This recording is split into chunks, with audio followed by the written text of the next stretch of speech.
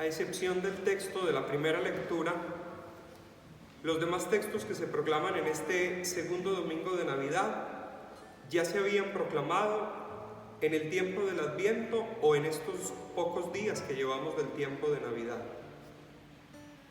Es como si en la repetición de estos textos la liturgia quisiera invitarnos a todos nosotros a que volviéramos a detenernos a contemplar el misterio. Es como si la liturgia nos estuviera diciendo que el misterio no se ha agotado, que todavía necesitamos volver muchas veces nuestra mirada al misterio de la palabra hecha carne para tratar de comprender la enorme riqueza, el abismo de amor y de generosidad de Dios que se esconde en el misterio santo que estamos celebrando. Por eso la actitud que deberíamos tener en esta liturgia, al menos desde lo que nos sugiere este detalle de la repetición de los textos, no es otra que la adoración y la contemplación. ¿Y qué es lo que contemplamos? El libro del Eclesiástico que hemos escuchado en la primera lectura ha utilizado una imagen muy bella para referirse al misterio de la encarnación. Ha dicho que Dios ha echado raíces en medio de nosotros. La expresión echar raíces es utilizada coloquialmente en algunos de nuestros pueblos para hablar de cuando una persona tiene que moverse a otra ciudad, dejando su cultura, su vida, su familia, y tiene que llegar a un lugar completamente nuevo, ajeno a él. Y entonces cuando la persona logra vivir un proceso de adaptación, logra acomodarse a esa cultura, logra comenzar a hacer suyos sus valores, su vida, su entorno, entonces se dice que esa persona echó raíces. Pues bien, eso es lo que ha hecho el Hijo de Dios en medio de nosotros. Él, como nos recuerda San Pablo en la carta a los Filipenses, ha abandonado el cielo y se ha hecho hombre.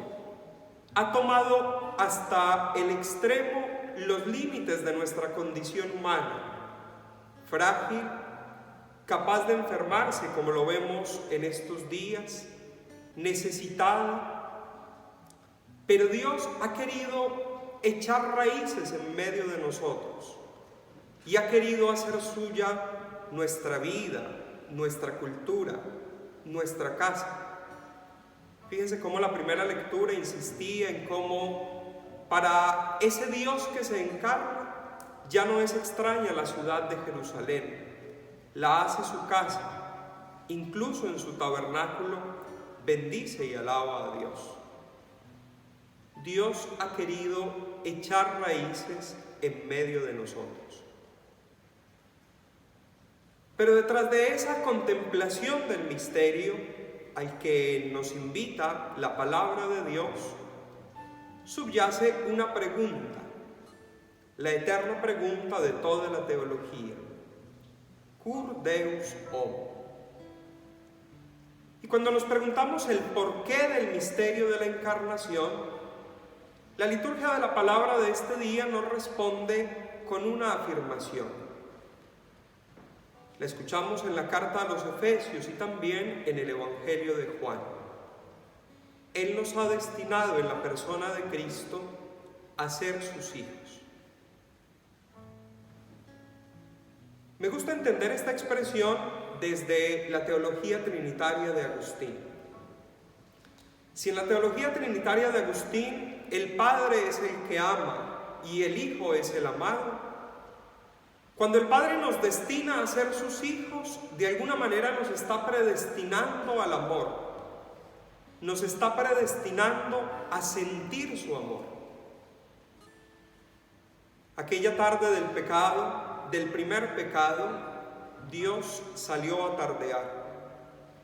Y cuando salió a tardear encontró que el hombre se había escondido, porque la primera consecuencia del pecado es hacernos creer que ya no merecemos el amor de Dios. Esa es la verdadera obra del demonio.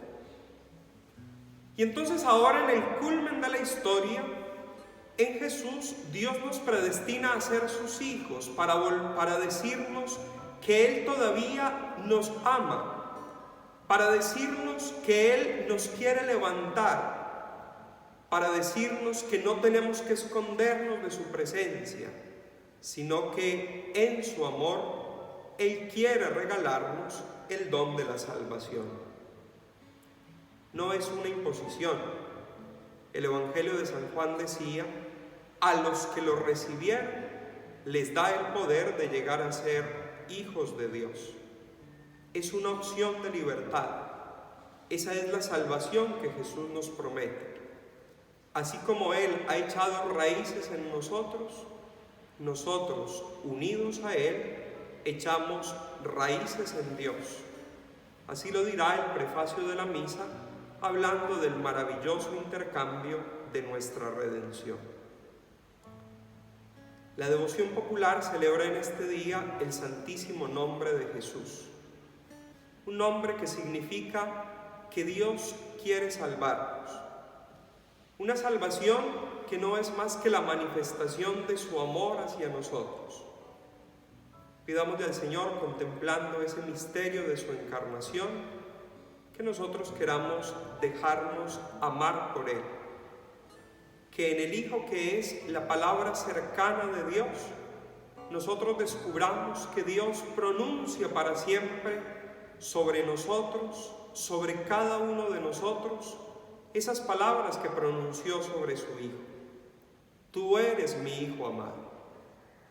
Y que nosotros sintamos que en ese amor de Dios, Él nos levanta y nos llama a la comunión plena y definitiva con Él, gozando de ese misterio de lo que el amor de Dios es capaz de hacer, llegar incluso a hacerse hombre para llevarnos a nosotros los hombres a la comunión plena y definitiva con Él.